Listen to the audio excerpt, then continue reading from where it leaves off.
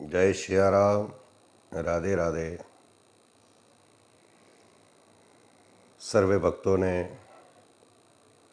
प्रेमपूर्वक जय सियाराम। ओम नमः शिवाय। जय भोलेनाथ। वाला सज्जनों,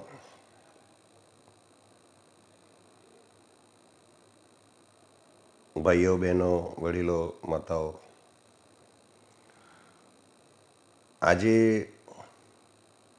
ફરીથી એકવાર વિડીયોના માધ્યમથી તમારી સમક્ષ ઉપસ્થિત થયો છું.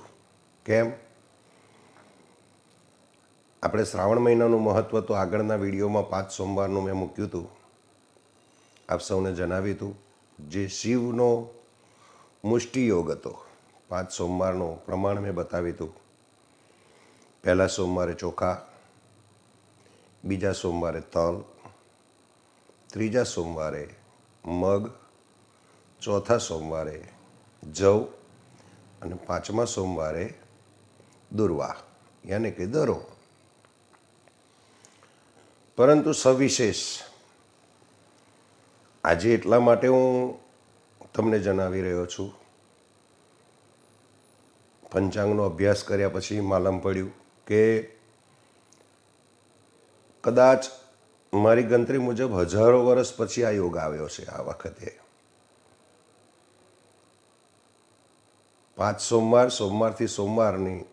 સોમવારથી પ્રારંભ થાય, સોમવારે પૂર્ણાહુતિ થાય. યોગો તો ઘણી વખત આવ્યા હશે, પણ આ જે યોગ છે કદાચ હજારો વર્ષો પછી આવ્યો છે.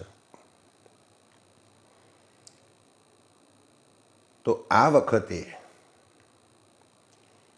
કદાચ કોઈ કારણવશ તમારા આગળના સોમવારો છૂટી ગયા હોય, શિવપૂજન તમે ન કરી શક્યા હોય, શિવમુષ્ટિ યોગ જે મેં બતાવ્યું હતું એ પ્રમાણે તમે ન કરી શક્યા હોય, પરંતુ આ વખતે હું 2 હાથ જોડી આપ સૌને, મારા તમામ રાધે પરિવારને, સગા સંબંધી, સ્નેહીઓ, મિત્રો તમામને હું વિનંતી કરું છું કે આ વખતે 6/9/2021 ને સોમવાર સોમવતી અમાવસ્યા છે અને શ્રાવણ મહિનાનો છેલ્લો દિવસ છે. વિશેષ યોગ એટલા માટે થાય છે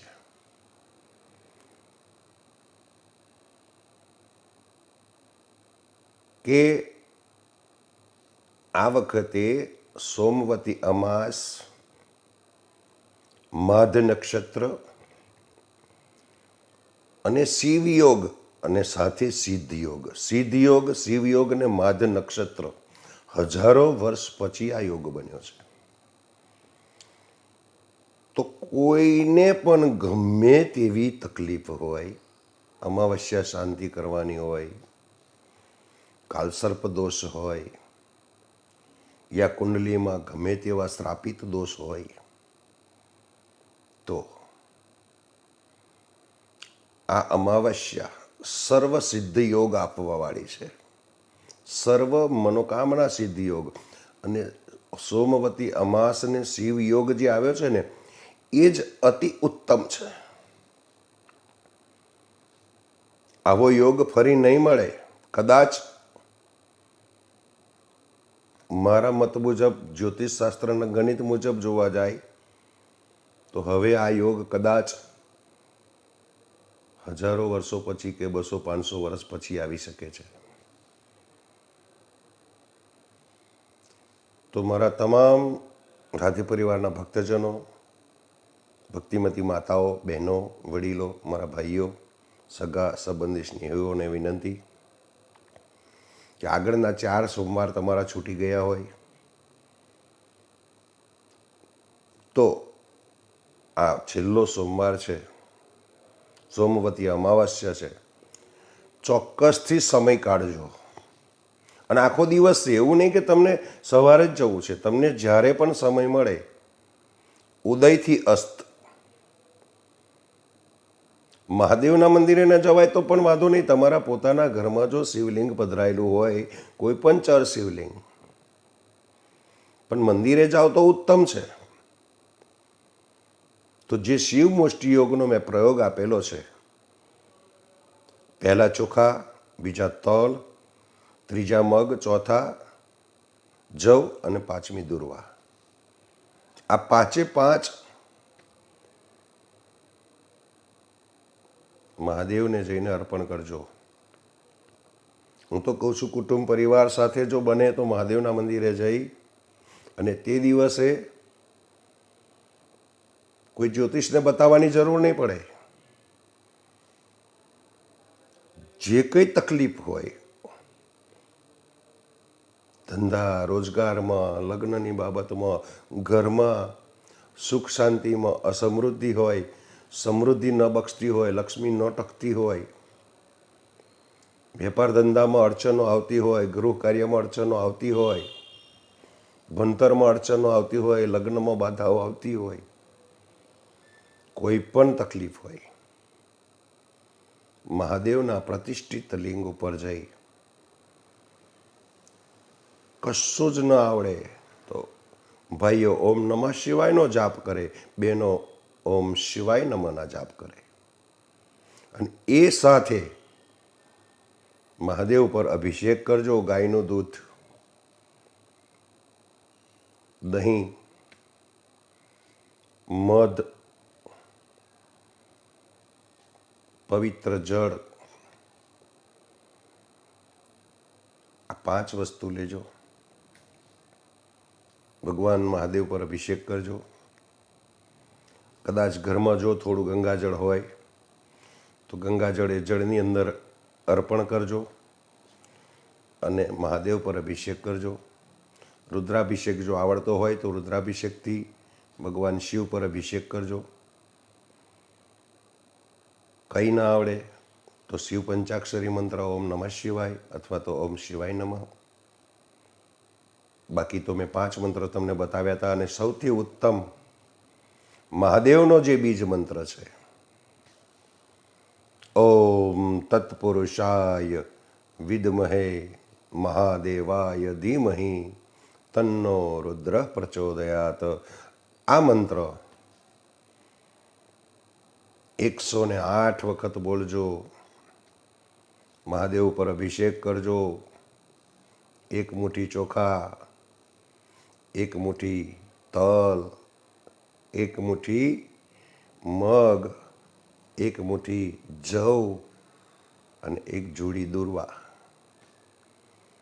સફેદ મળે તો ઉત્તમ, ન મળે તો લીલી લઈ શકો છો.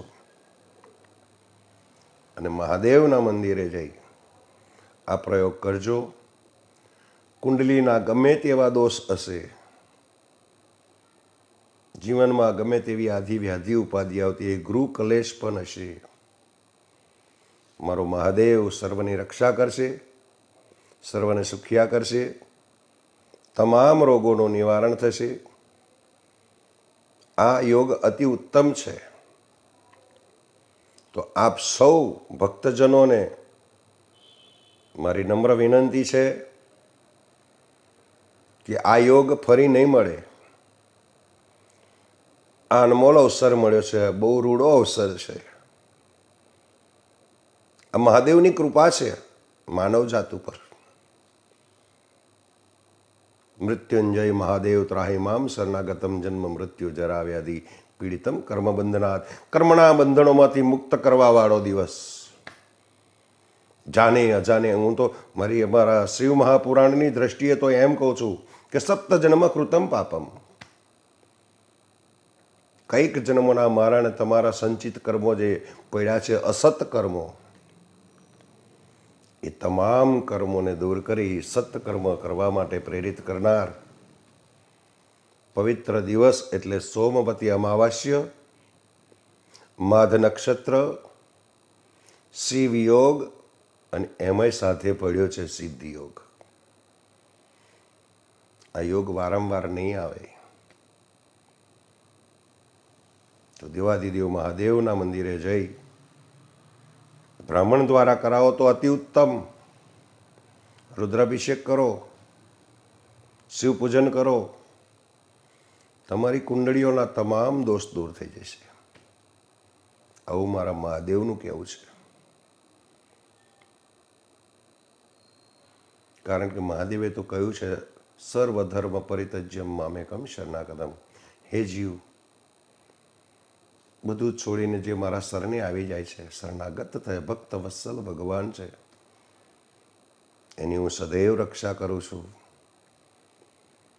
તો મારા વાલા સજ્જનો, ભક્તિમતી માતાઓ, બહેનો, વડીલો, સગા સંબંધી, સ્નેહીજનો અને મારા મિત્રજનો તેમજ મારો સમસ્ત રાધે પરિવાર,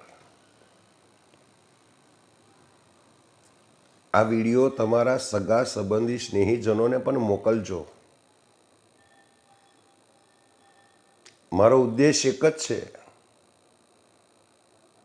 સર્વ જના સુખીન સંતો સર્વા સંતો નિરામયા. ભગવાન દેવાદિદેવ મહાદેવ તમારા જીવનમાંથી આવતા કષ્ટો દૂર કરે, આધિવ્યાધિ ઉપાધિ દૂર કરે, રોગ શોક ભોગ દૂર કરે, ત્રિવિધના તમારા તાપ દૂર કરે અને સર્વને સુખિયા રાખે. સર્વના જીવનમાં સુખ શાંતિ અને સમૃદ્ધિ કાયમ બની રહે એવી દેવાદેવ મહાદેવના ચરણોમાં હું પ્રાર્થના કરું છું. અને આ વિડીયો જેટલા પણ તમારા સગા સંબંધી સ્નેહી મિત્રો હોય દરેકના ગ્રુપમાં મોકલજો. જેટલા લોકો વધારે લાભ લેશે એ લાભ લેવાનું પુણ્ય પણ તમને અર્પણ થશે. આંગળી ચીંધ્યાનું પણ પૂર્ણ છે. તો મારા વાલા સજ્જનો, અહીંયા વાણીને વિરામ આપું છું. મારી મતિ બુદ્ધિ અનુસાર પંચાંગના યોગ મુજબ મારો અભ્યાસ, મારો અનુભવ કહે છે કે મહાદેવના શરણે જજો, તમારી કુંડલીના તમામ દોષો દૂર થઈ જશે, સુખ શાંતિ સમૃદ્ધિ દૂર તમારા ઘરમાં ભરપૂર રહેશે અને મારો ભોળિયોનાથ તમારી પર સદૈવ કૃપા કરશે. એ અભ્યર્થના સહ આપ સૌને જય સિયારામ, રાધે રાધે, ઓમ નમઃ શિવાય, જય ભોલેનાથ.